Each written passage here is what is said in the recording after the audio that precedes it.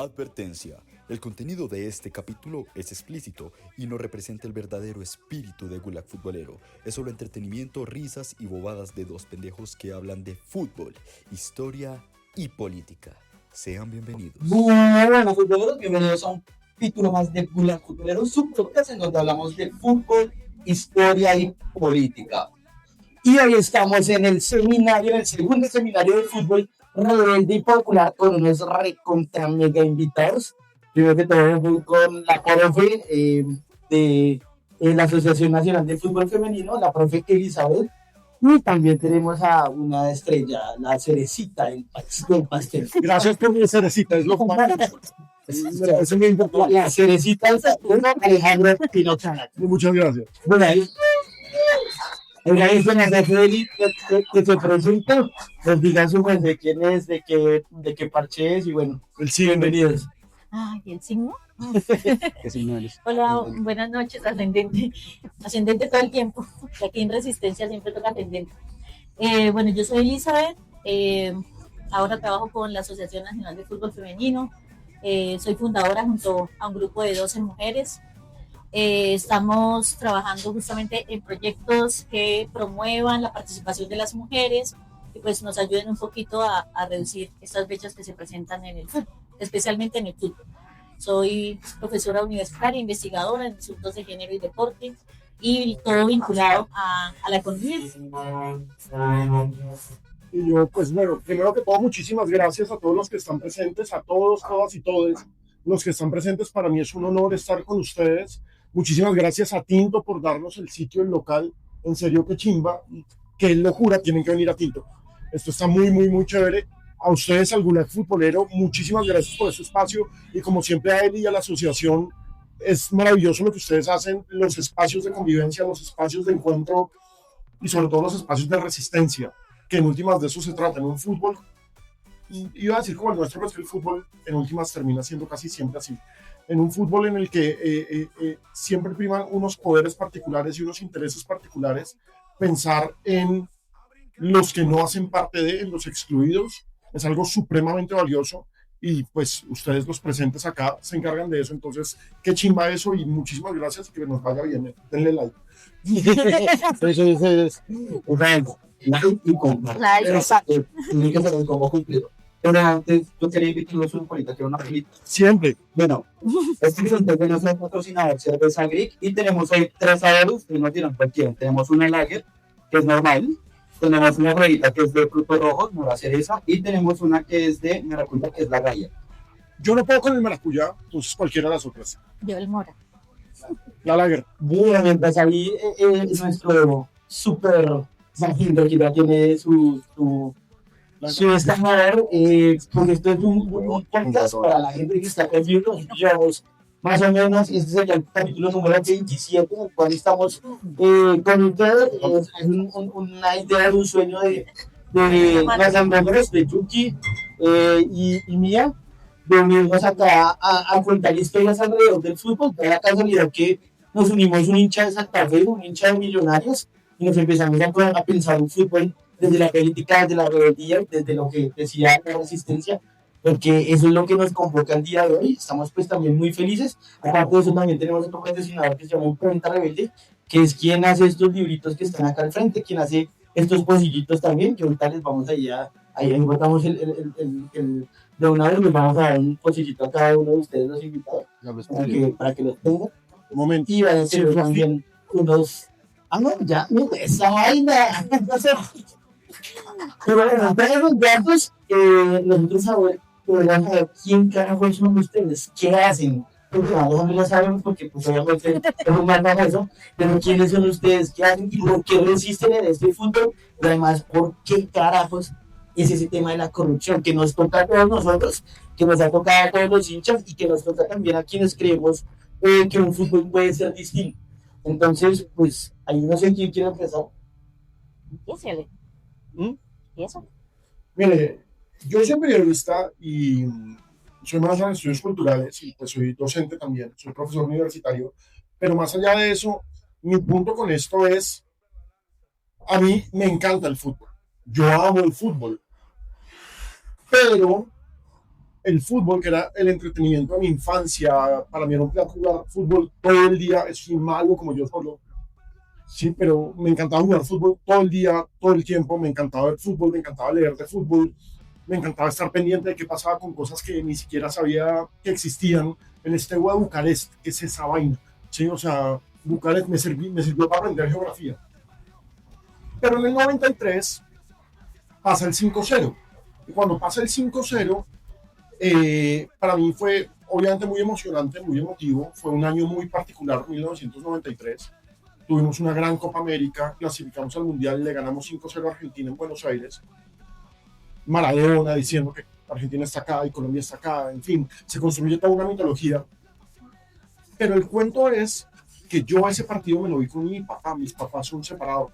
Yo me lo vi con mi papá, y cuando mi papá me lleva a mi casa, que era la casa de mi mamá, la fiesta, pues yo soy hijo de la época de la narcoviolencia. Yo no veía gente en la calle. Uno no veía gente en la calle. Es decir, uno veía un carro cascado y pensaba en carro bomba. Sí, o sea, perdóneme, o sea, no se ría porque era consejo de mi abuela. Cuando vaya al parque, si hay un carro feo, devuélvase. Sí, porque en ese entonces los niños sí salíamos a la calle. Sí, ahora no. Y era una vaina maravillosa ver toda esta gente, la harina, los huevos. Al carro de mi papá lo cogieron y lo zarandearon. Mi papá se salió por la ventana a bolear un trapo imaginario y yo estaba muy feliz. Y yo no entendía por qué una victoria, porque ni siquiera habíamos ganado nada, ¿no? Fue el título. ¿Sí? Y toda esta gente en la calle, y al otro día le ponen la Cruz de Boyacá a la selección Colombia, estaban todos hinchos cuando en el Campín les pusieron la Cruz de Boyacá. Y yo como, pero si la Cruz de Boyacá, a mí me habían enseñado en el colegio que la Cruz de Boyacá, eso es para los héroes de la patria. Pues estos manes son héroes de la patria. Qué chimba, o sea, qué chimba. El problema es que a la semana no, a los 2 días, me enteré que a un amigo mío del barrio y del colegio se le había muerto el papá en las celebraciones, y fue como el cruce, o sea, cortocircuito total. Claro. Cómo una fiesta termina con un muerto, y no fue uno, fueron casi 100. Ni fueron dos. Sí, casi 100 muertos en el día más feliz de Colombia. Y era como, ¿pero qué es esto? Entonces, yo quería entender esto, ¿sí?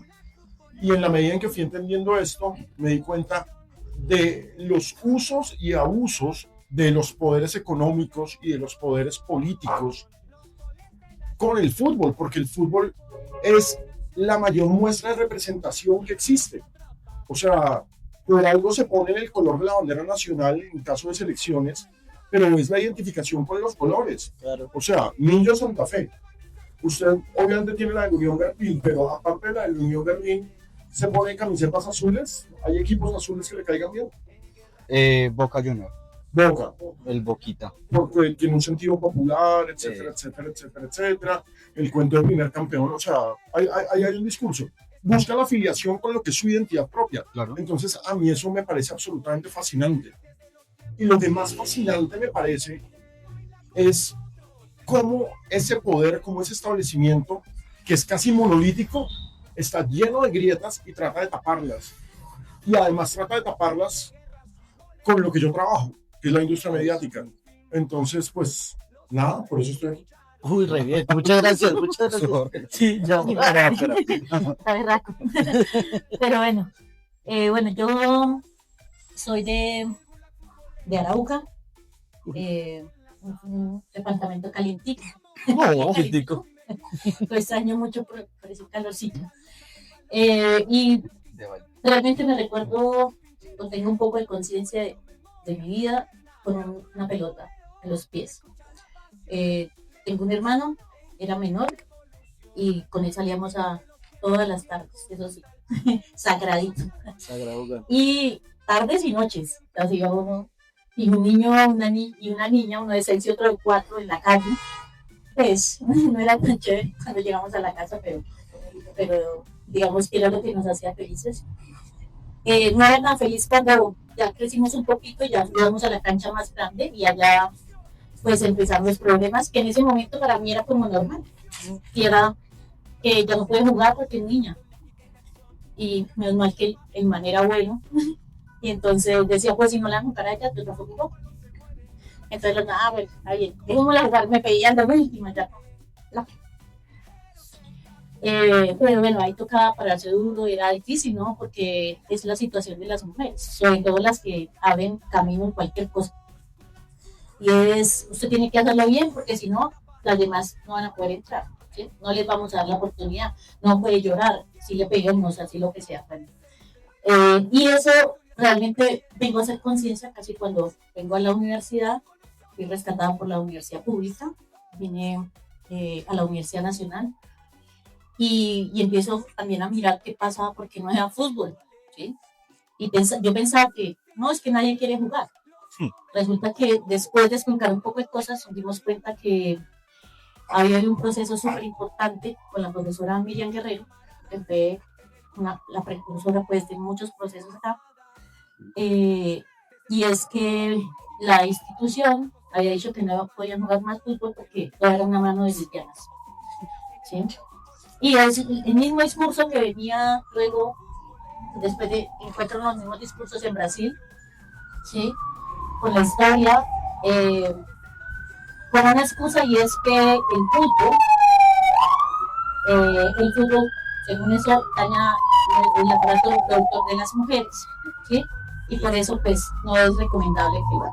Entonces, ahí, bueno, todo eso empieza a jugar ahí, y también viene, a mí me sorprende un poco que en esta época tuvimos una feria hace un mes, más o menos, y vino un profesor de educación física y me dijo lo mismo. ¿Hoy? Hace un mes. Marta, Que fue de ferias. ¿qué es de puta? Sí. Mira nuestras camisetas que sean feministas, pero después no estoy de acuerdo con el feminismo, y después digo, tampoco estoy de acuerdo con el fútbol femenino. Y yo no estoy de acuerdo con nada. Y el profesor de educación física a mí me preocupó un montón de pensar que hay cosas que vienen desde amparadas en la ciencia, donde dice un poco de cosas que realmente son ilógicas, pero que no son sino una oportunidad, una excusa para mantener subyugado a un grupo que es el de las mujeres. No, o sea, mantener el control. Antes no les pasó un hula para que fulieran la cintura. Sí. y lo triste es que uno ve que lo hablamos ahorita afuera, y es qué piensan esas personas que están allá tomando decisión, ¿ya? Un Dávila diciendo que vayan a jugar ajedrez. Pero si vamos a ajedrez tampoco nos van a dejar allá. Y si vamos a tenis o a lo que quieran, no tampoco. Entonces es una lucha, una resistencia de todos. Pero el asunto más allá de, digamos, de estos asuntos que cuentan en el género, también tiene que ver con lo que yo estudié, ¿sí? Mi doctorado fue en economía, y ahí yo venía muy influida por un proceso que las veces pues también cuento un poco más. Que bueno, yo estuve en un proceso con FIFA, es decir, estuve allí en mi corazón, encontré todo lo que estaba sucediendo, todos los programas de desarrollo, varias reuniones que tuvimos con el presidente Infantino, y les contaba también como que hay una estructura, ¿cierto?, donde cada uno se tira la pelota, ¿sí? No son ellos, ¿sí? Y aquí llegaron a la federación, no, eso toca con FIFA, y llegaron a FIFA y le preguntan, y el presidente dice, no puede hacer nada si no es con la federación, ¿no? Como que eso es súper delicado, sobre todo para los procesos de promoción del fútbol de las mujeres, practicado por las mujeres. Y mis estudios pues están más relacionados con el tema de la economía, la falta de reconocimiento, especialmente la falta de reconocimiento, para no pagarles igual, ¿sí? Entonces se apoyan en la historia, y hasta ahora comienzan, son nuevas, ¿sí? Entonces por eso no les podemos pagar igual. Pero en 1948, cuando inicia la liga profesional, pues ya había hombres y mujeres jugando, y ahí se prioriza el fútbol de los hombres, que es el torneo que tenemos hasta ahora. Entonces lo que ha habido, dice Gabriela Ardila, que es un proceso de invisibilización del fútbol de las mujeres, ¿sí? No es que no hayamos estado, ahí hemos estado todo el tiempo. Y eso es como lo que más hemos rescatado en los últimos tiempos, y es que las mujeres tenemos un juego propio, ¿ya? Y desde lo que hacemos ahora justamente es eso, es resistir, por supuesto. Todo ha sido un tema de resistencia, luego mi tesis no lo he publicado porque a veces me da un poquito de pena, porque realmente venía imbuido por un tema donde todo el tiempo se me ha dicho que si trabajas duro, que si lo haces, lo vas a lograr. Estuve 17 años como árbitro al servicio de la Federación Colombiana de Fútbol y trabajé como nadie en este país, cumpliendo con las cuotas físicas, las pruebas, todo lo que pudiera hacer. Y no llegué a ser árbitro internacional porque había otras cosas ahí que no me lo permiten. Entonces, toda la investigación ha estado traspasada mi vida, ¿sí? En una que se llama la investigación, acción, participación. Y por eso también pues, me dediqué como a buscar qué era lo que estaba pasando, mirar cuáles son los flujos económicos, por dónde está entrando la plata, por dónde se va, por dónde entra la plata sucia, por dónde entra la plata limpia, esculcado los estados financieros, todo lo que tenga que ver con la economía, mis estudiantes también, pues soy profesora. Y bueno, eso sí como parte del camino. Bueno, muchas gracias por esta presentación y si nos damos cuenta Se acabó el programa. es una buena lucha y futbolero.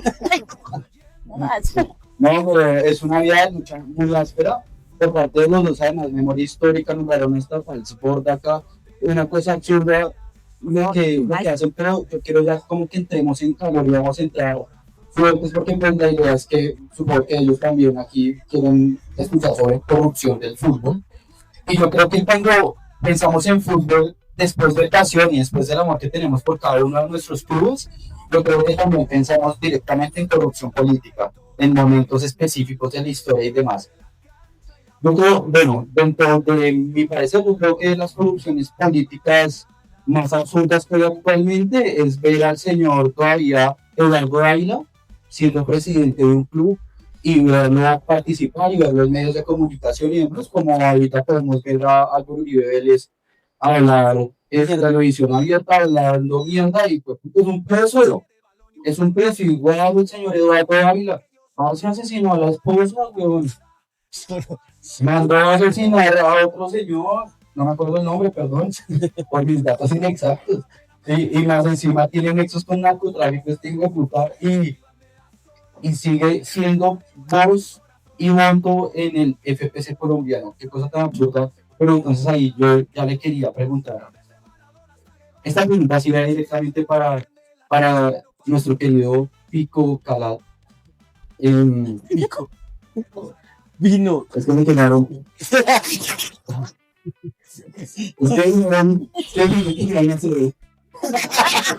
Lo jodió. Ya antes de eso, es que ese man está enamorado de su merced hace muchos años. Carajo.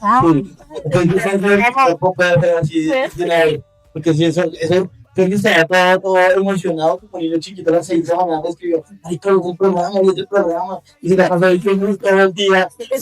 Yo me pregunté cuánto tiempo estaba nervioso. Yo también estoy nervioso. La filosofía me puse más nervioso cuando se hicieron su presentación. Pero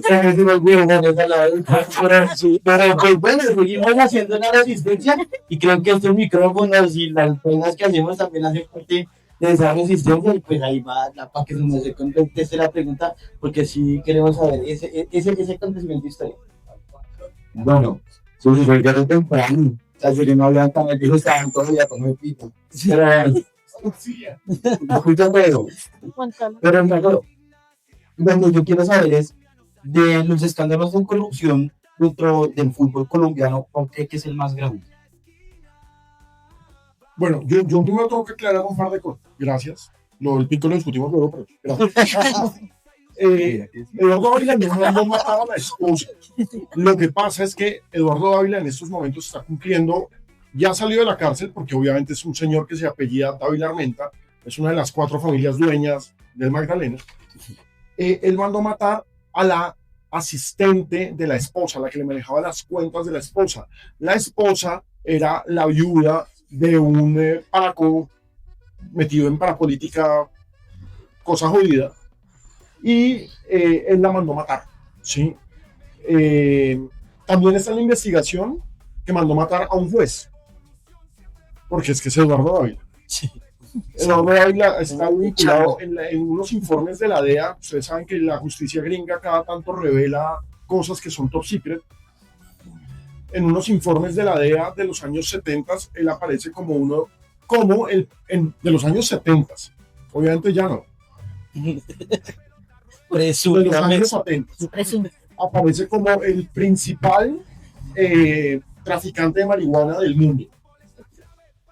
No sabemos si ahora, pues, como que no, aunque pues hace unos años se le metieron a una finca y encontraron un montón de marihuana. Ahora es ganadero. Sí, es el clásico chiste de encontraron 10 toneladas de marihuana, 5 toneladas, sí, 2 toneladas.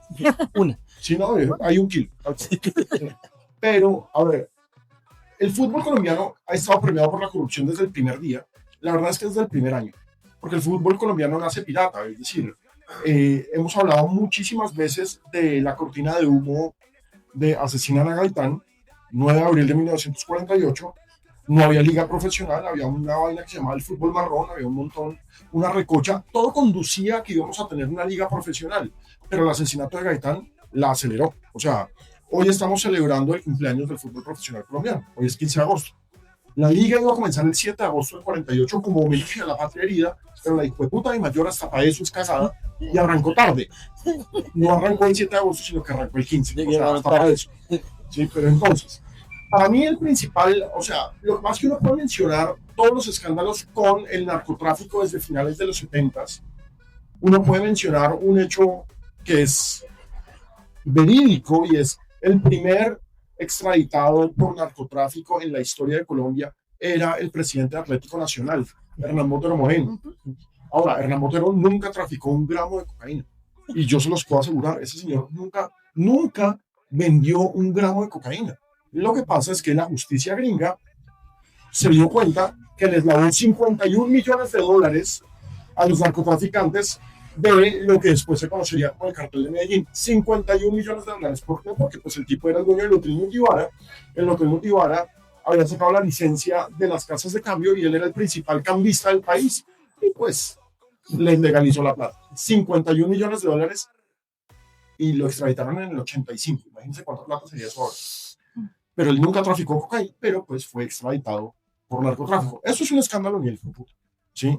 Es un escándalo brutal que el ministro de Justicia, Rodrigo Lara Bonilla, en octubre del 83, de una rueda de prensa de mierda, cómo nos metemos con los narcotraficantes,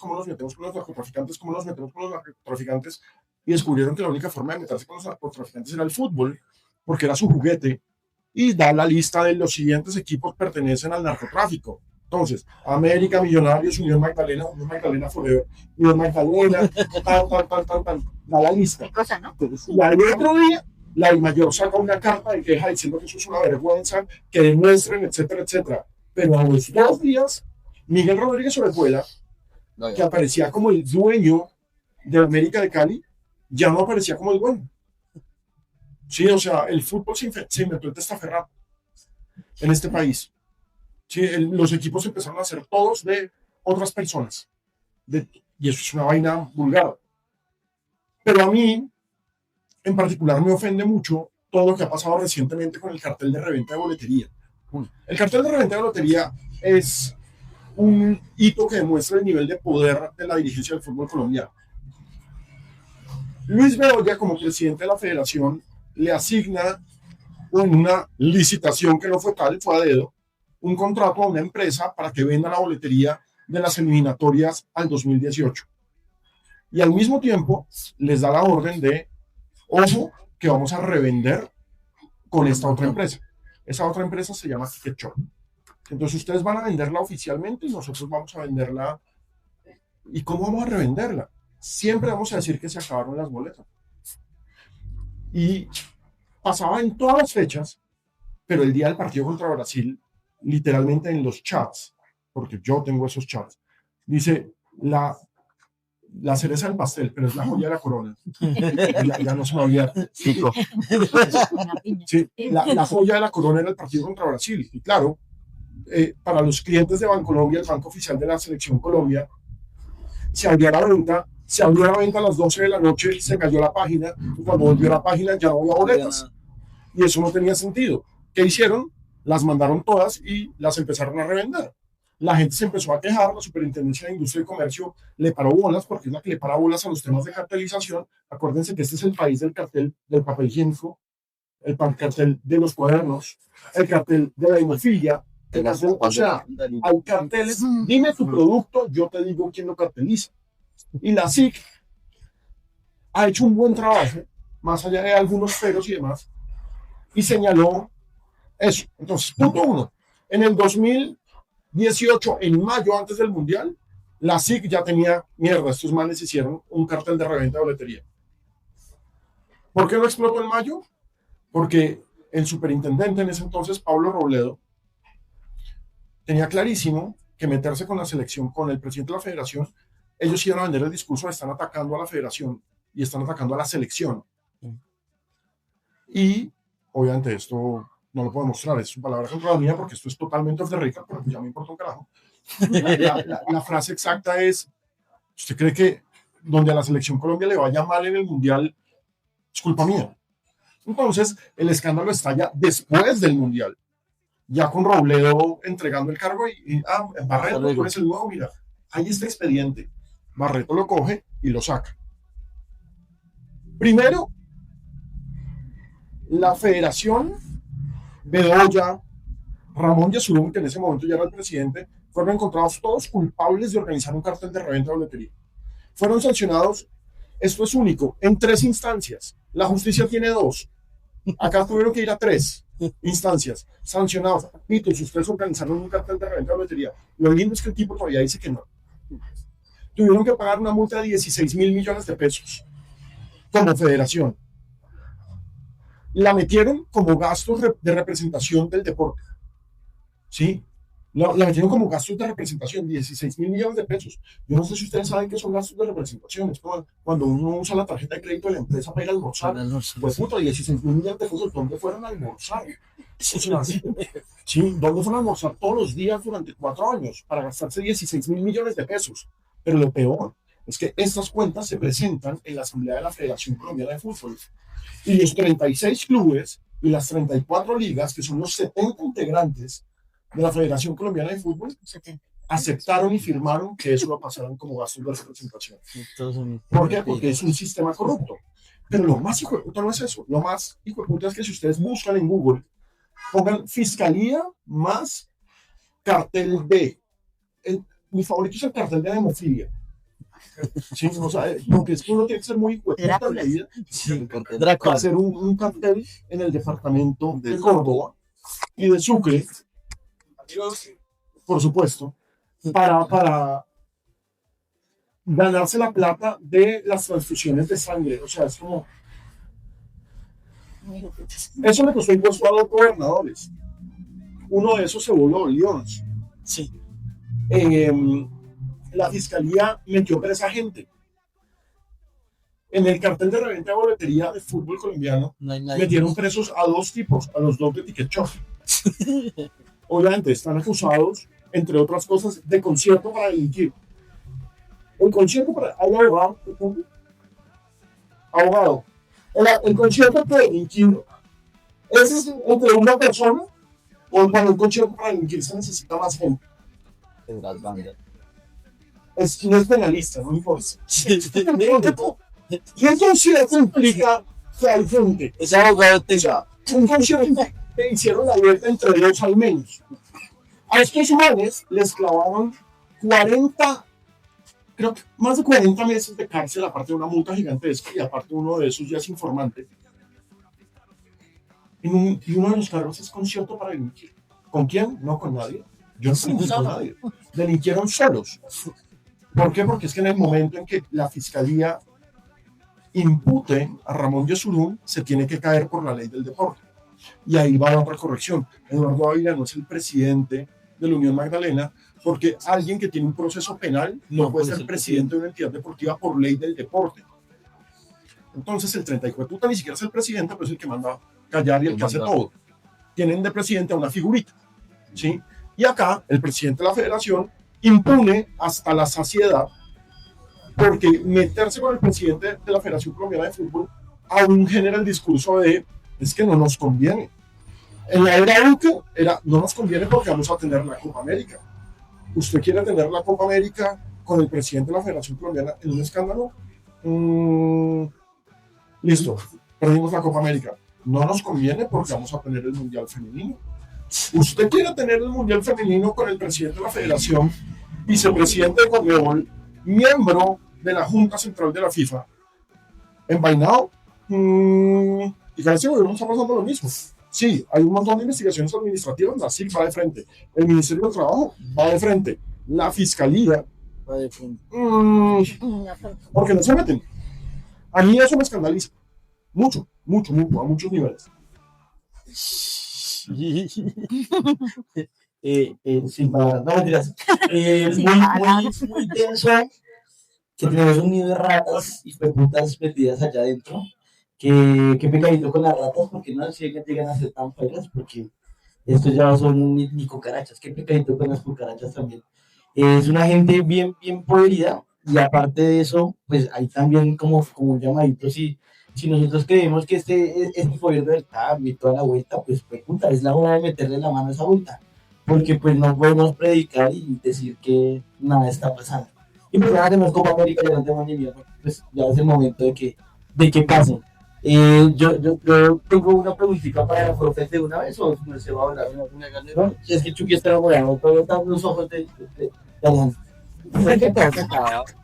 No, pero sí, tenemos una preguntita para la profe, precisamente aparte de lo que su merced decía, que estuvo muy inmersa en esa FIFA, que también es bien cochinita, y metida también pues, en el tema del fútbol femenino, que para nadie es un secreto que ha sido de las cosas más amañadas que ha tenido este país, porque hay un poco de manes metidos allá, atornillados, que les interesa nada aparte del fútbol, y pues queremos saber que su merced que sabe de casos así que se hayan sabido sabiendo que su merced está dentro del fútbol femenino, que su merced conozca qué hace escudriñar por allá, que vive en esas reuniones por ejemplo, Tiempo. para eso, y que nos puedes contar, que no es tan cantando, Algo que no es cárcel. Bueno, no, estaba pensando un poco en, primero pues de pronto un asunto más global, y es la compra de los mundiales. Sin duda ahora pues los árabes tienen todo el poder, digamos. Ha habido varios movimientos dentro de FIFA, inclusive casi que para tratar de cambiar a Infantino. Pero pues recordar que todo viene de un escándalo, ¿no? Entonces aparece un FIFA Gate, ¿sí? Donde prácticamente queda al descubierto todo el problema de corrupción, ¿sí? Todo el problema de los manejos financieros, que inclusive están salpicados, por supuesto, los colombianos. Y solo algunos, como tú dices, ¿no? Solo algunos. Hay un montón todavía que siguen ahí con la misma teta, pues. Pero sí es importante eso, ¿no? La cantidad de dinero que hay para muchas cosas, inclusive para construirse ciudades completas.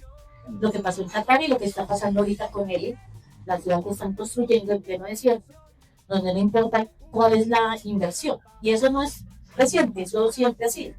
En Brasil, que fue el primer mundial donde yo estuve, pues por un lado estaba todo el show pues en el Maracaná, y afuera en Copacabana todo el mundo protestando por todas las condiciones en que se había dado el mundial y la corrupción, que eso pues hay muchas investigaciones ahí.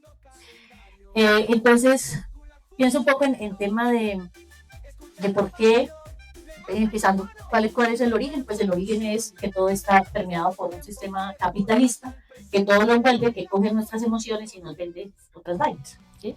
Entonces por eso digo como que he estado también en ese mundo, corriendo detrás de los mundiales, iban todos los partidos y todo lo demás, y después como que uno despierta y dice, ¿a quién le estoy haciendo plata?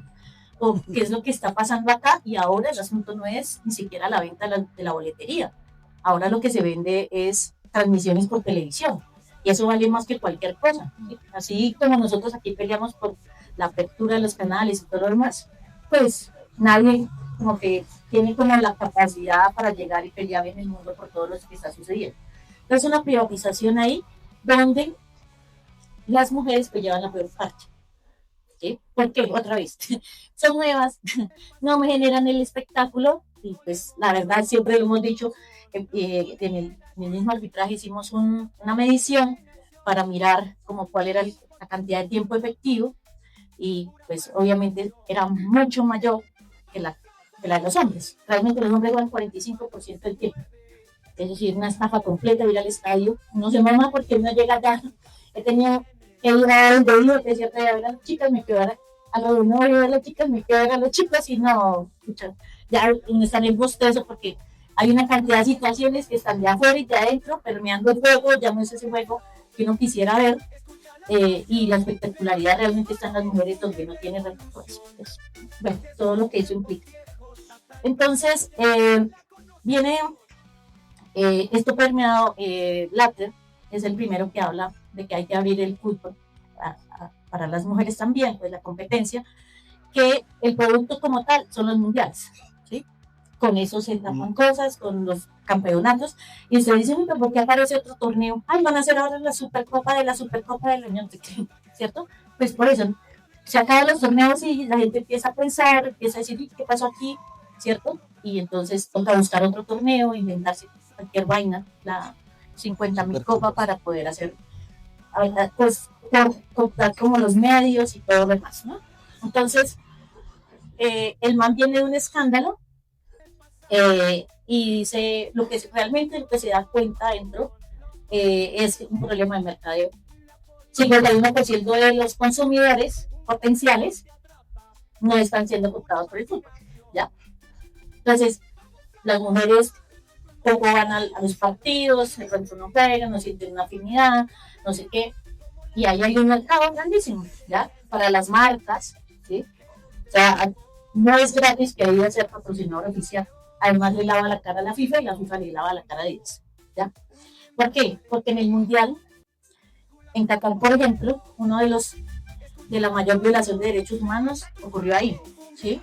Con los trabajadores, ¿cierto? Lo que supimos, y donde en sus informes de responsabilidad social, porque pues yo soy del área económica, igual que también advertí lo de los 16.000 millones metidos en unos estados financieros firmados por un contador, por un revisor fiscal, ¿cierto? Con tarjeta profesional, con su junta central de contadores y no pasa nada en este país, ¿cierto? Ahí camuflados, ¿cierto? Asimismo, pues allá, ¿no? Entonces, digamos, una cofradía para que todo esto se dé en medio de los negocios, ¿no? Por dentro todo es el negocio, ¿ya? Y decía que pues las mujeres llevan la peor parte, ¿ya? Porque los recursos primero no son equitativos, no hay un reconocimiento, o sea, la misma FIFA es acolita el robo de las jugadoras, si lo voy a decir así, porque aquí en el país, cuando comenzó la liga, en el 2017, no había ningún equipo que tuviera equipo de mujeres, ninguno. Los que más han trabajado, que participan con nosotras también en la liga, en el Potrero, Millonarios y Santa Fe. Y lo que hace Santa Fe también es recoger un equipo de jugadoras universitarias, de jugadoras de liga, que eran muy buenas, y con eso arranca, ¿sí? ¿Qué se le da el crédito? Pues obviamente es el primero, dice, esta vaina sí tiene futuro, es un grupo, ¿sí? Vamos a meterle y se quedan con la primera estrella, ¿cierto? Y desde ahí se montan en el bus de la Copa, ¿no? de la Liga Femenina, ¿ya? Sin embargo, ninguna de esas jugadoras, al día anterior de la primera fecha de la liga, ninguna era futbolista profesional. Hay un sistema internacional que es el sistema COMET, y ese sistema fue burlado, las claves fueron violadas por el ingeniero de la Federación Colombiana de Fútbol. Se las sacó a todas de todos los clubes amateur, que eran los que habían hecho la cantera. Aquí hay un club que se llama Real Academia, que es nuestra profesora Ana María Goretti. También entrena con los compañeros de Tinto y de las demás colectivas, y fueron 13 jugadoras. ¿Saben cuánto cuestan los derechos de formación de 13 jugadoras? Un montón, ¿cierto?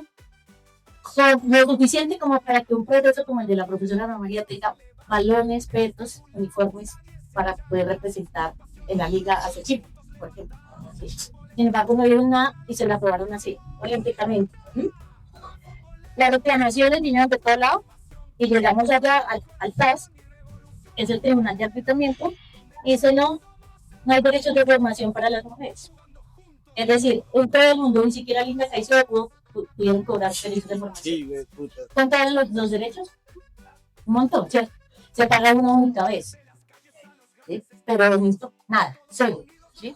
Entonces, el tema de los recursos, obviamente, vuelve a pasar lo mismo. ¿Quién está detrás de todo eso? Pues hay un montón de plata para votar en todos los lugares para mostrar que el fútbol es tremendo producto, ¿sí? Para llevarnos a todos a Qatar, a Australia, a todos los países que queramos, porque uno hace turismo también, ¿cierto? Y dar a toda la espectacularidad que eso puede generar, porque es que ese es el asunto, ¿no? O sea, ¿qué le motiva, por ejemplo, a una jugadora a ser jugadora profesional? Si no es subir, llegar a su mayor sueño es llegar a un mundial, ¿cierto? Y dónde se transmite el asunto, quiénes somos nosotros, los consumidores, ¿ya? Pero no hay plata para ellas, ¿sí? Entonces es un asunto completamente desigual, pero que sabemos que por detrás pues también hay un tema pues, de mafias, ¿ya? De mal uso de los recursos, por un lado, y sobre todo, pues que no sea, pues además de pues, no equilibrarse las cartas, pues ese dinero también viene un poco no mucho, manchado por la sangre de muchas personas, como el caso de los trabajadores, ¿no? Que decimos. Y esos son los que salieron a la luz. Todavía ellos siguen en Nepal o en cualquier lugar del mundo tratando de hacerse diálisis con lo poco que ganaron, ¿sí? Mientras hay días muy lindos, tienen unas utilidades supremamente pues ridículas en términos de que es altísimo, ¿no? Entonces, digamos que hay todo un ecosistema ahí donde fluyen los recursos y donde también se lava la cara una organización con otra. ¿Sí? Es ridículo, uno lee los informes de responsabilidad social y o sea, realmente uno dice, ¿nos creen estúpidos? O sea, han ido diciendo en su informe de responsabilidad social que ellos hicieron una sensibilización con los trabajadores y que con eso se aliviana el asunto. Hombre, estamos hablando de la salud, mucha gente murió, ¿sí?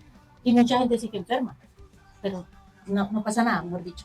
Y pero sale la FIFA y dice, no al racismo, no al, ¿cierto? Un montón de cosas éticas, ¿cierto? Que predican, pero que no aplican nada. Oigan, increíble todo lo que nos cuentan ellos y muchas cosas que de pronto sí sabíamos, por otras que no teníamos el menor conocimiento de eso. Ahora yo les tengo una pregunta a ustedes como público. ¿Ustedes torcerían un partido de fútbol si tuvieran la posibilidad por 90 millones de pesos? ¿Sí?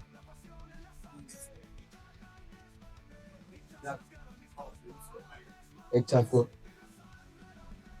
Pero, sí, pero, bueno, más bien sin hablar, solo me levanté la mano. ¿Cuántos? Mucha pena, ¿no? Pero está súper bien, pero levanten la mano. ¿Cuántos por 90 millones de pesos pintarían, si fueran árbitros, pintarían mal un partido?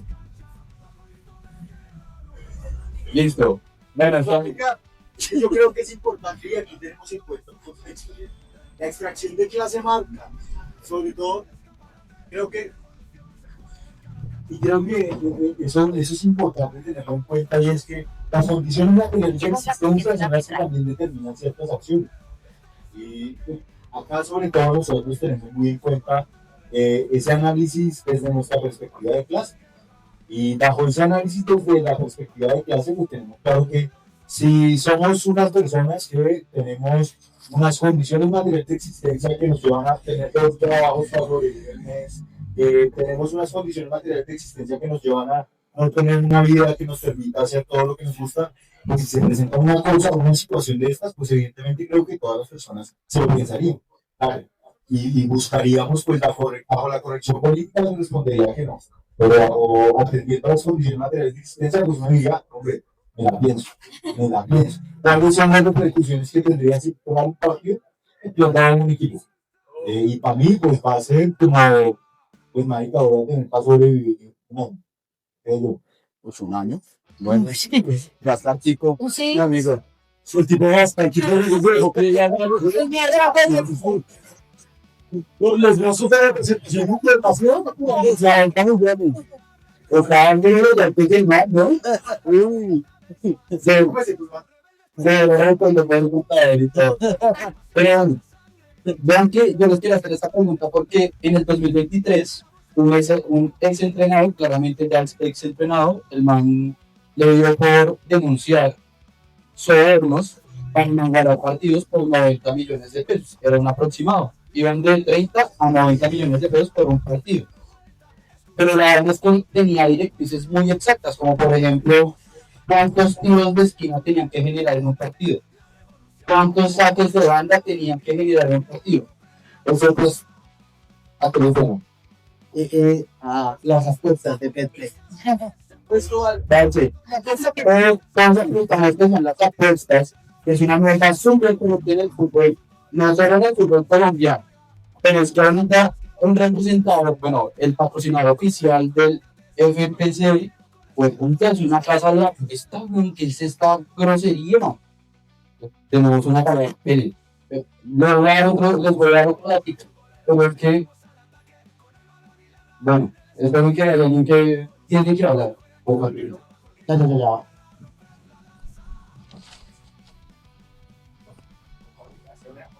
Bueno, pues a todos, y bueno, pues ya estaba comentando ahorita la historia de Martín, entonces ya se apuesta nuestra ahorita, eso fue de siempre, de los años 49, 50, eso siempre ha existido, eso no es que no. Desde antes apostaban ahí en las afueras del estadio, estaban ahí a la para ganar el cuchillo, ¿verdad? Entonces, que lo tengamos en cuenta, ¿sí? Porque el grupo sí, que cambió con el Boca Millonario a las afueras del estadio esperando porque perdió la cuenta en dicha millonario porque se fue a pagar el Boca Juniors. Entonces, eso es muy bonito, espero que lo tengamos en cuenta. Gracias. Bueno, no, gracias por esa intervención. Claro, lo de las apuestas, eso viene desde hace mucho con el boxeo, con las carreras de caballos, con cualquier cosa que uno tenga pasión, hay una apuesta deportiva. Pero pues claramente actualmente el fútbol maneja unas apuestas deportivas que son legales, completamente legales, y patrocinan ligas completas. Yo no sé si ustedes saben, pero en este caso, la Interpol, pues también está enguagada, pero la Interpol también tiene investigaciones a nivel mundial de casas de apuestas y de 2022 a 2023 lograron incautar 64 millones de dólares en solo apuestas deportivas de fútbol. Estamos hablando también del mundial. Y ahí estaba esa otra, es que yo traigo noticias porque soy periodista y se me olvidan las cosas. Dentro de las personas que están involucradas, que tienen cerca de 23.000 detenciones, hablan clubes, canales deportivos, también influenciadores que dicen, pero yo les enseño cómo predecir tantas cosas y no sé qué tal. 19 países completos involucrados, periodistas y políticos. Eso porque pues, los políticos siempre están divididos. Rarísimo que estén ahí. Pero hablando de apuestas deportivas, hablando de las casas de apuestas que ustedes estaban diciendo, ¿hay algo que de pronto Alejandro nos quiera decir de las apuestas? A ver, lo primero es que lo que señala Luis es totalmente cierto. El problema de las apuestas y el deporte es viejísimo. En tanto haya competencia, se apuesta por alguien con quien ganar. Incluso hay registros históricos de los primeros problemas con apuestas son en Inglaterra con los deportes ingleses, fútbol, rugby y demás a finales del siglo XIX. En Inglaterra, en el Imperio Británico, las apuestas se volvieron casi que culturales. Por ejemplo, si ustedes recuerdan, el fútbol chino tuvo un gran boom en los años recientes. Un nombre muy cercano nuestro hizo parte de ese boom, Jackson Martínez. Sí, se lo llevaron del Atlético de Madrid a un equipo chino, cuyo nombre no me acuerdo, el Guangzhou, y pagaron cerca de 46, 47 millones de euros, una vaina brutal. Y el fútbol chino, que fue la primera gran burbuja de lo que ahora es el fútbol árabe, el fútbol chino explotó porque el fútbol chino históricamente está corrompido por las apuestas. Todo el mundo sabía quién iba a ganar, porque hay unas mafias internacionales. Eso está totalmente relacionado a escándalos globales, y son globales porque tocaron a la metrópoli, es decir, a Europa, como los de Juventus en su momento, que tuvo escándalos de apuestas en los 80s, o sea, Italia campeón del mundo del 82, venían de escándalos de apuestas, ¿sí? Italia campeón del mundo del 2006, venían de escándalos de apuestas. Lo que necesita Italia es escándalos de apuestas para ganar mundiales, básicamente. Entonces, No, y el torneo, no, es decir, el problema de apuestas es gravísimo, es profundo, pero el problema es que con la globalización se complicó más. Porque lo que usted contaba, el ejemplo de los 90 millones, es un ejemplo que pues yo, la verdad la explicación no es mía, la explicación es de un periodista canadiense que se llama Declan Hill, que se dio cuenta no con el fútbol, sino con el hockey sobre hielo, que a nosotros nos vale verga, pero es el deporte nacional de Rusia y de Canadá. Y resulta que el hockey sobre hielo en Canadá estaba teniendo unos resultados raritos. Sí, pasaban cosas raritas. Tantas faltas, tantas suspensiones, tantas expulsiones. Lo que usted acaba de decir. Y el tipo se pone a investigar y se da cuenta que, claro, en el hockey hay jugadores rusos, muchos. En el hockey de Estados Unidos y de Canadá, muchos jugadores rusos. Y que estos tipos tenían unos vínculos y recibían unas platas de afuera para hacer esto. Y el tipo termina metido en la oficina de un mafioso ruso y se da cuenta que, ese mafioso ruso es el que está manejando la liga canadiense y tiene influencia sobre la NHL, que es la gran liga de Norteamérica de hockey. Pero de pronto se da cuenta que este man habla con gente que tiene influencia en el fútbol y el modelo es el mismo. O sea, usted es un mafioso ruso o un mafioso de Georgia o un mafioso de Uzbekistán o un mafioso chino. Y las casas de apuestas legales en su país le permiten a usted apostar. A ver, acá obviamente tenemos, no, es que la liga se llama BetPlay y eso fue lo que se los pagó, etcétera, etcétera. Pero lo cierto es que en estos momentos en Rusia 365 o en BetRus o como se llame la página, hay un man que metió $1 millón. Y ese millón de euros o de rublos, lo que sea, los mete en un partido del fútbol colombiano. En el partido más de mierda, además, porque es mucho más fácil apostar en la B. Sí, es mucho más fácil apostar en los partidos de mierda, ¿sí? Es decir, usted le apuesta a un Tigres. Sí, dije el nombre que es, genera problema. Sí, entonces usted le mete a un Tigres contra Real Cartagena. Y en ese Tigres contra Real Cartagena, pues usted necesita que echen a 3 porque pues usted apuesta, todos han apostado, ¿no es cierto? Digan que no. ¿Nadie apostó? Sí, no sé, no está usando. En general, yo pregunto si han apostado en Sí,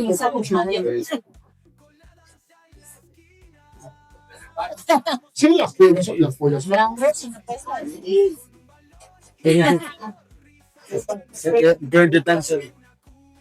y lo cierto es que usted tiene la posibilidad de aprovechar de algo que se llama el parlay, y el parlay son 4 3 en 1 y genera mucho más ingresos. Entonces, genera muchos más ingresos en la medida en que son apuestas casi que imposibles. Si usted le apuesta a que en este partido entre Tigres y Real Cartagena va a haber 2 expulsados, va a haber 2 goles en los últimos 5 minutos, va a haber 6 tarjetas amarillas y el partido lo gana Tigres. En serio, tiene que pasar una paloma, una gaviota, un águila y un chulo en fila y el sol está rojo para que esas mierdas se den, o que arreglaron el partido. Cuando alguien se gana un parlay de esos, es porque arreglaron el partido. Las casas de apuestas legales, y cuando uno se refiere a legales, quiere decir que están con juegos y que quiere decir que pagan impuestos. En estos momentos, una casa de apuestas en Irlanda no es legal en Colombia, pero es legal en Irlanda. Igual apuesta con el fútbol colombiano. Y entonces hay alguien en Irlanda apostando legalmente y se va a ganar un montón de plata. Entonces, ¿usted cómo lo cuadra? Usted busca su contacto traqueto colombiano y pues con el contacto traqueto colombiano dice, pues maricas, no va a ganar $5 millones. Entonces, pues le va a mandar 100,000. El traqueto colombiano dice, listo, recibí 100,000. Entonces tengo 10,000. Y con esos 10,000 empiezo a apoderar a los jugadores de la B, que como además no les pagan, porque lo que descubrió Declan Hill, que ha investigado eso hasta el cansancio, es que la mejor forma de cuadrar partidos es en los equipos en los que no les pagan. Una vez más, Unión Magdalena. Sí, este es un programa dedicado a Unión Magdalena. Unión Magdalena, Quindío, o sea, en Cúcuta han pagado, digamos que ahí van, pero cuando dejan de pagar, si dejan de pagar y hay un resultado raro, No, a los dueños les conviene estar al lado, a los jugadores no, porque usted cobra más estando al lado, pero a los dueños les conviene estar al lado. Pero más allá de eso, entonces, mira, a mí me un futbolista, cuando yo empecé a investigar el tema, un futbolista que obviamente es totalmente off the record, y no puedo decir quién es el futbolista, ni puedo decir de qué equipo era, ya no está en ese equipo, pero igual es muy fácil de rastrear. Yo arreglo partidos. ¿Y por qué arreglo partidos? Porque es que yo tengo que pagar arriendo el colegio de los niños, tengo que comprar mercado, tengo moza, tengo que pagarle plata a la moza, ¿sí? Y tengo que pasarle plata a la moza. Y pues, estos hijueputas me pagan poquito, pero aparte de pagarme poquito, me pagan a destiempo. Usted está esperando que yo no acepte 10 millones de pesos por hacer un penal en el último minuto, que no acepte 10 millones, no, es que necesitamos 4 tiros de esquina. Fíjese qué jugador coge, listo, quedan 5 minutos, ahí van 2 tiros de esquina, no, y el man empieza a patearla para afuera, y los otros lo miran. Y entonces la más fácil es usted empieza a cuadrar. Entonces al tipo le llegan con 50 millones de pesos y el man coge al pelado del equipo, hay 5. Sí, hay 5. Entonces, pues necesitamos 5. Yo necesito que usted se tire un penal, pero que no sea tan evidente. ¿Sí? En el último minuto, si vamos perdiendo, marica, yo le hago la 5. Y hacemos el penal. Y se arregla. Y no es solo en Colombia, el fútbol está repodrido. Pero lo peor es que no es solamente el fútbol. Porque y ahí está el discurso, es que llegaron las casas de apuestas. Sin casas de apuestas, la industria del deporte global estaría muy jodida, porque las casas de apuestas sostienen al fútbol americano, las casas de apuestas sostienen al béisbol, las casas de apuestas sostienen a la NBA, las casas de apuestas sostienen al fútbol en todos los países del mundo. O sea, claro, nosotros decimos, ay, sí, la Liga Betplay, la Liga Premier, que es la mejor liga de este planeta, la más organizada, la más rica, etcétera, etcétera, etcétera, tiene 1000 problemas con las apuestas y todos los equipos tienen su casa de apuestas oficial. Cada equipo tiene su casa de apuestas oficial. Todos la tienen. ¿Por qué?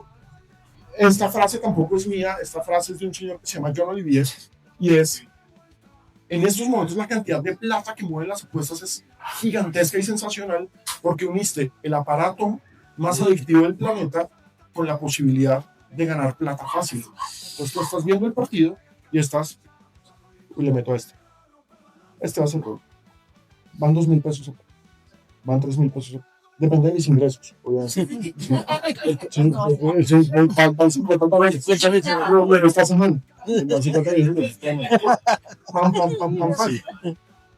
Y como ganas, como pierdes, igual genera una adicción. O sea, el tema de la ludopatía es un tema gravísimo que no solamente en Colombia se le debería parar bolas, porque ya es para mí una epidemia global. Y eso obviamente todas las casas de apuestas tienen su responsabilidad social, todas en su página o en su aplicación. No, mira, si sientes necesidad de apostar, haz clic acá y te hablamos. Usted sería, en lo que menos hace clic es en eso. Sí, y usted apuesta, está viendo un partido de tenis, se va a comer este servicio, va a ser un ace. Está viendo un partido de fútbol americano, este partido lo van a tomar de 7 puntos. Está viendo una pelea de boxeo, le van en el tercer round. Perdió 50,000 pesos porque no lo ganó en el tercer round, mete 50,000 otra vez porque lo va a ganar en el cuarto. Puta, o sea, es muy, muy complicado. Es un sistema, y acá pues nos podemos poner, yo sé que todos ustedes son gente del mundo de las ciencias sociales, podemos entrar absolutamente de lleno al universo del deseo.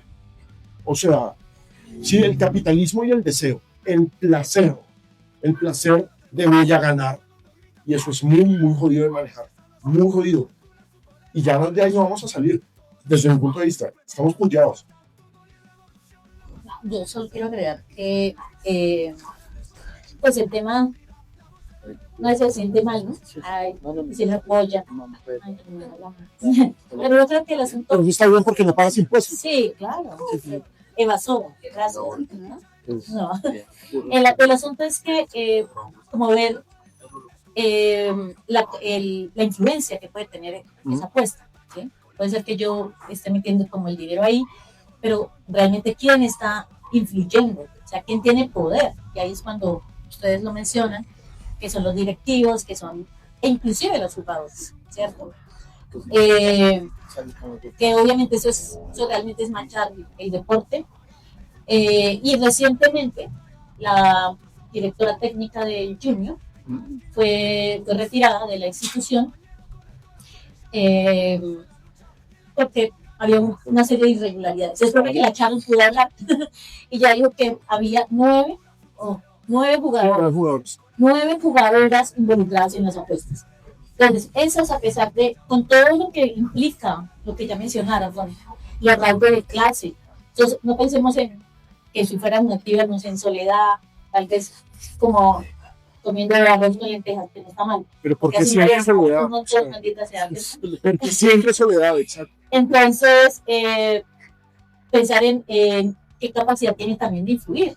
No son las directivas ni nada por el estilo, pero son las que tienen el valor en el pie, ¿ya? Entonces, quería como agregar eso, ¿no? ¿Quién tiene la capacidad, el poder, ¿cierto? Ahí aparece el tema del poder para influir. En este caso, pues ya sabemos que hay unos que tienen más que otros. Eso también me recuerda mucho. Yo vengo del micro y en el tema del microfútbol las apuestas son berracamente ilegales. Cosa loca. Alguna vez vi un partido de fútbol en donde estaban enfrentados dos puestos de abasto. Yo vengo de Kennedy y estaban en la popular y estaba el tema de donde venden frutas y habían apuestas más o menos de 150 millones de pesos por un partido de fútbol y competían entre todos los que estaban en el puesto y competían en una cancha que es muy cercana, que es la cancha de Casablanca. Para los históricos niteros conocemos las canchas de Casablanca y pues son 300 palos en un partido, que uno dice, eso es una suma bastante compleja, pero que para comprar el banco, para todos los nacionales, 300 palos es que se lenta. Ya está sacando para palos. Claro. Entonces, vemos como el fútbol, el micro también hace parte del fútbol. Y es una industria que se ha movido siempre por las apuestas. Es más, nosotros tuvimos acá una de las sentadas, bueno, acá no, pero sentadas en nuestro programa, una de las compañeras que fue campeona del mundo de la selección de micro, y ella nos decía que vivir del micro es fácil si se piratea. Y uno dice, uy, ¿cómo se piratea? Es decir, yo soy ilegal y me voy a recorrer Cundinamarca, que es lo más cercano, a jugar cualquier cantidad de partidos, y ahorita hay personas que ya organizan pues obviamente el campeonato, pero aparte de eso organizan un equipo y un combo el berraco y se van de campeonato en campeonato y más o menos le están pagando un palo por campeonato. O sea, puede hacerse y puede vivir del micro simplemente si pilatea, porque pues obviamente el micro no existe dentro de la industria del fútbol, porque pues ya sabemos cómo es. Entonces pues esta es la vaina. También me hace pensar que la resistencia de los dos fútbol posibles, como el fútbol popular, como el fútbol comunitario, como el fútbol que nos hemos soñado también desde la resistencia, nos pone más en la tarea de entender que el fútbol puede ser distinto y tiene que ser distinto. Y a partir de eso, pues es entender también las dinámicas de los barrios y es decirle a uno a los pelados, pille, es que no tenemos que amañar el partido, pille que es que no tenemos que quitar el tiempo, pille que es que nosotros podemos jugar legalmente, pille que es que distintas cosas que pueden hacer también la resistencia en el fútbol y que no vamos a tener 300 palos en el bolsillo, pero nos queda la conciencia clara de que nosotros sí le estamos apostando a un fútbol distinto desde nuestras perspectivas antifascistas, desde el fútbol de clase, desde otros fútbol posibles, y esa es la resistencia. Entonces también un poquito la pregunta para ustedes dos es ¿qué resistencias han encontrado también en el fútbol? ¿Qué resistencias ustedes han visto que se pueden palmar, que se pueden ver en el mundo, y cómo las conciben ustedes? No sé quién quiere empezar. Bueno, además digamos, de los asuntos de género que ya han mencionado algunos, yo también creo que tenemos, por supuesto, unos asuntos de clase que debemos analizar, ¿no?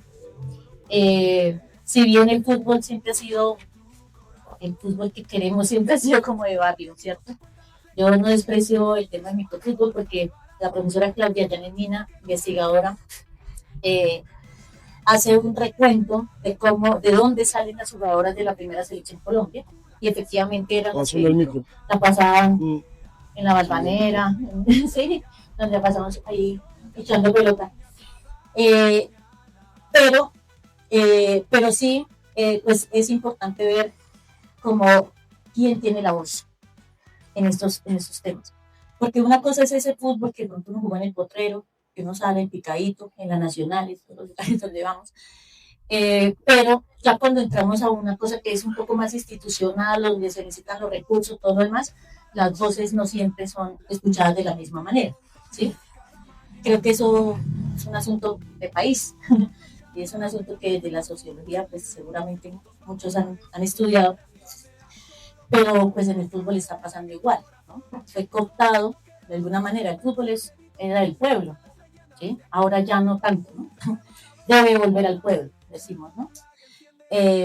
Y es justamente ver eso, que alguien, ¿sí? Como que hay una élite que se ha tomado el fútbol, no necesariamente en la cancha, y esos son los que tienen la voz, ¿no?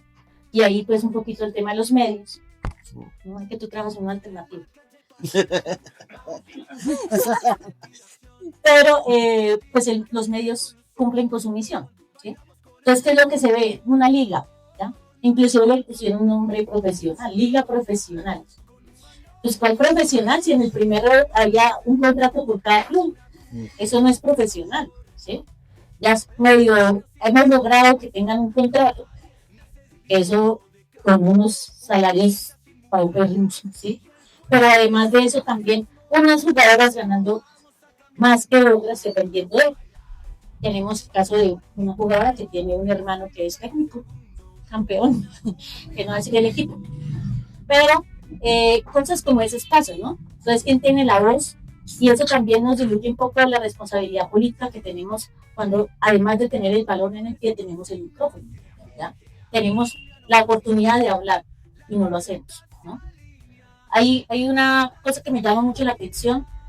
Estuvimos con Juliana justamente en el Festival Gabo y vino Natalia Torrente, que fue una de las mujeres que estuvo en el caso de Jenny Hermoso, y nos contaba cómo en el avión, cuando justamente pues venían ya de regreso de Australia del Mundial, los que no saben el asunto, pues fueron campeonas mundiales, y en medio de eso el presidente de la Federación Española le dio un beso sin un consentimiento a una jugadora. Entonces, obviamente, eso empezó pues a ser un tema mediático.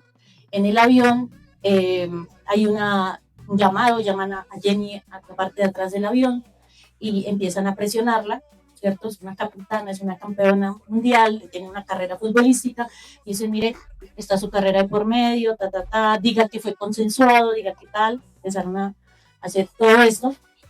Natalia estaba desde abajo comunicándose con todas y todas a su lado le estaban contando lo que estaba sucediendo en el avión.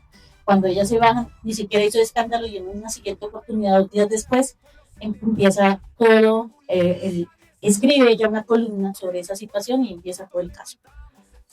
Cuando se da el caso y sale el fallo, Natalia dice que entró a una reunión con más colegas, comunicadores, y le dice...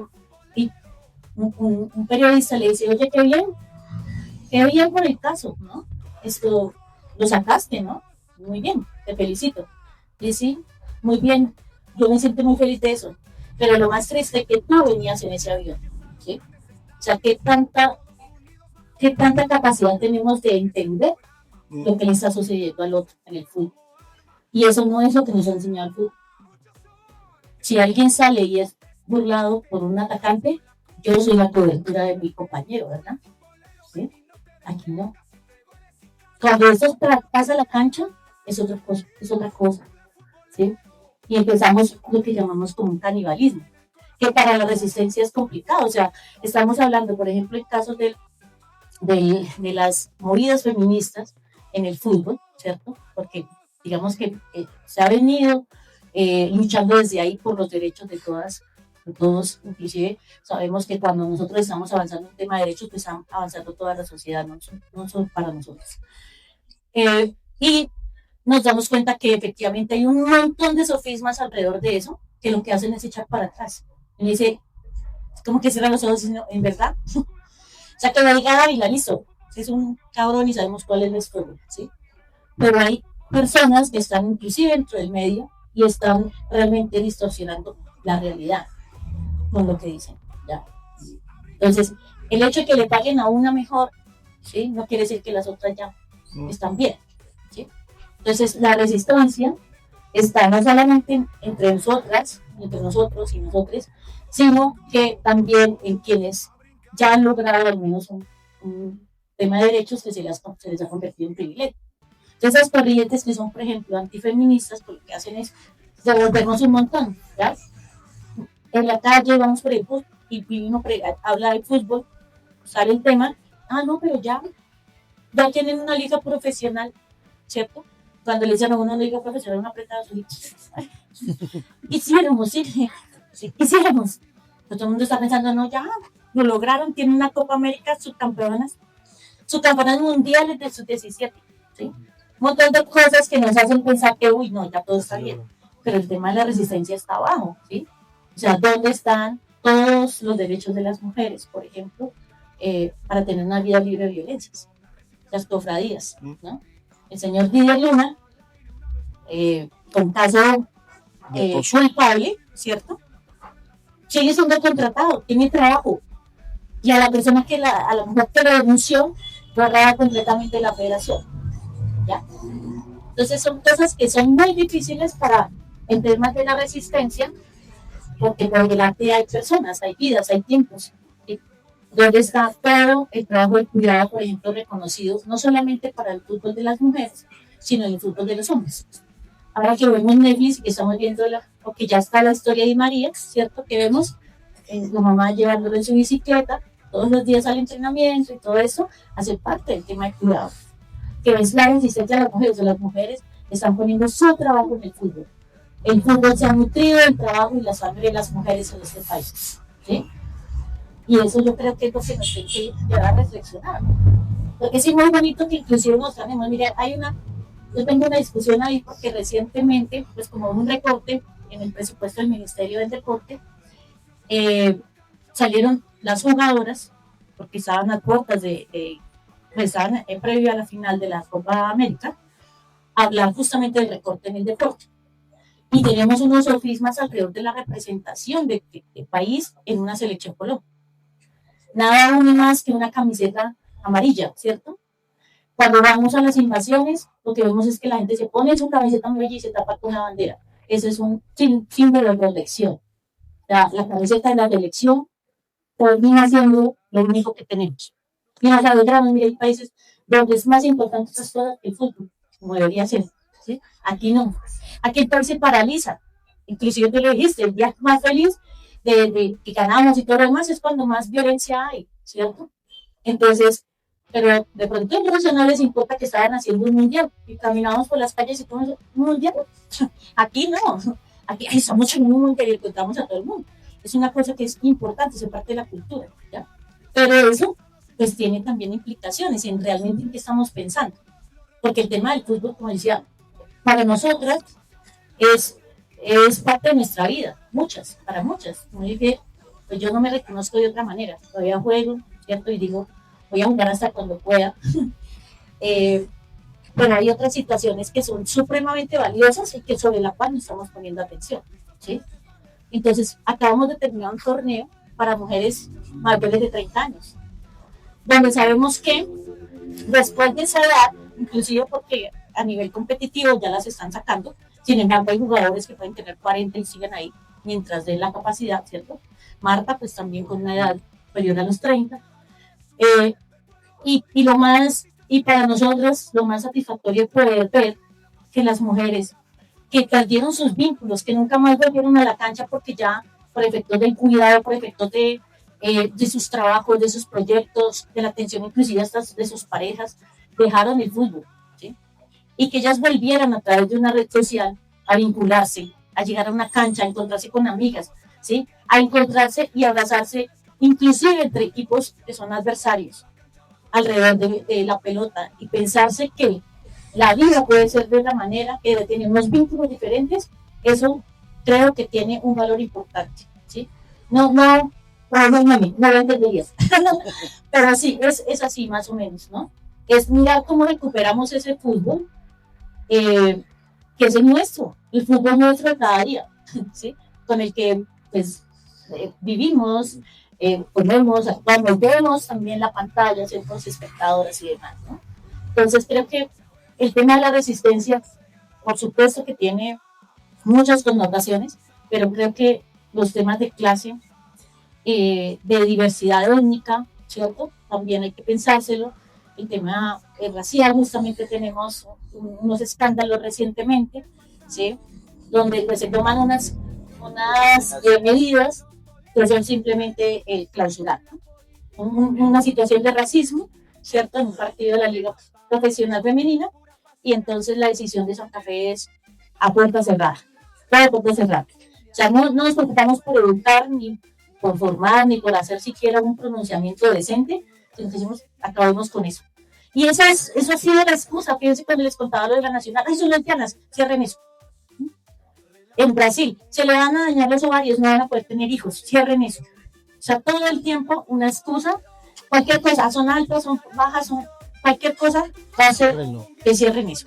¿Sí? Entonces, esto como algo que podría dejar ahí. Para mí no hay mayor gesto o muestra, no gesto.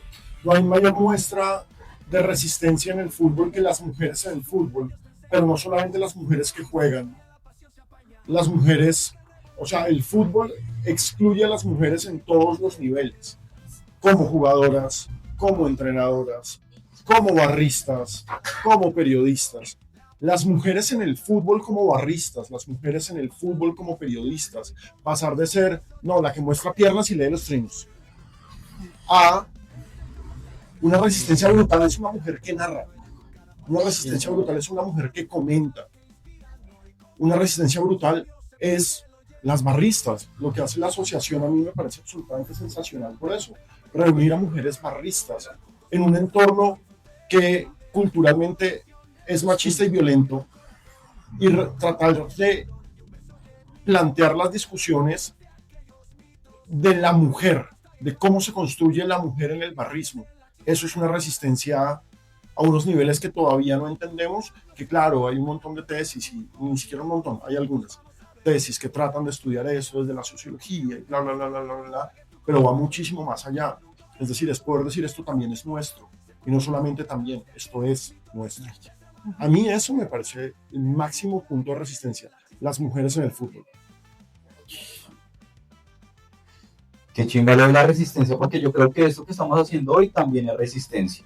Yo creo que lo que también hacemos, digamos, con Turro, de hablar el fútbol desde otras perspectivas, también es resistencia.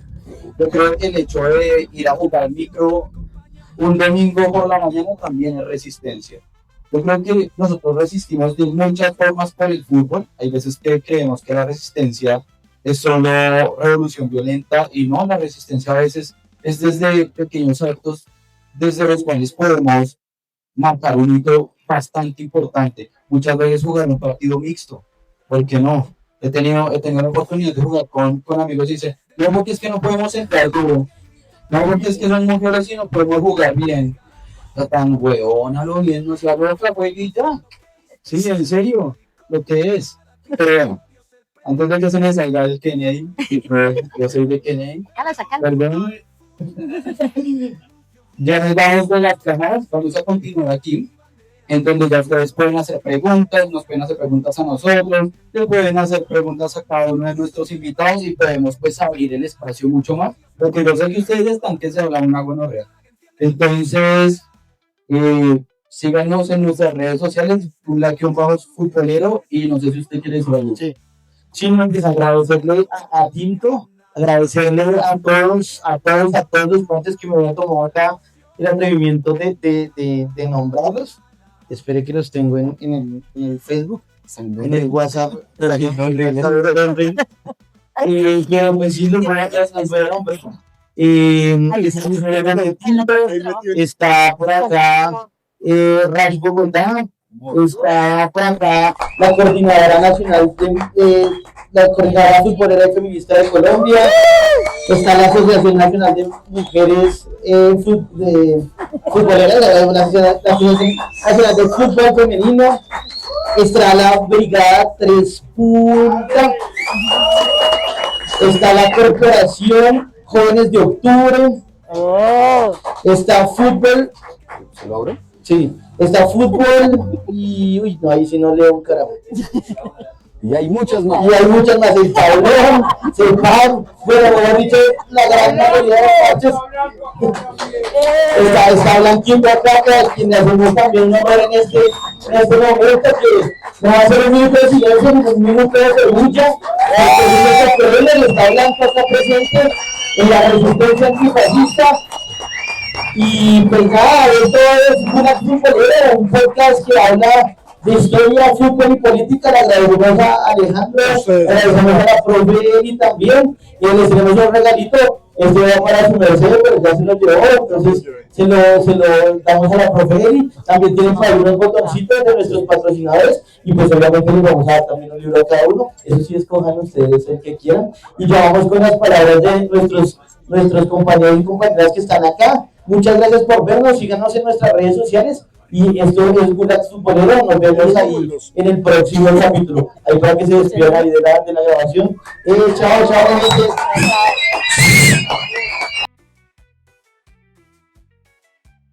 Donde hay goles y consignas, la cumbia nos anima, la libertad se alinea con la danza en la esquina. Vamos a cambiar el mundo.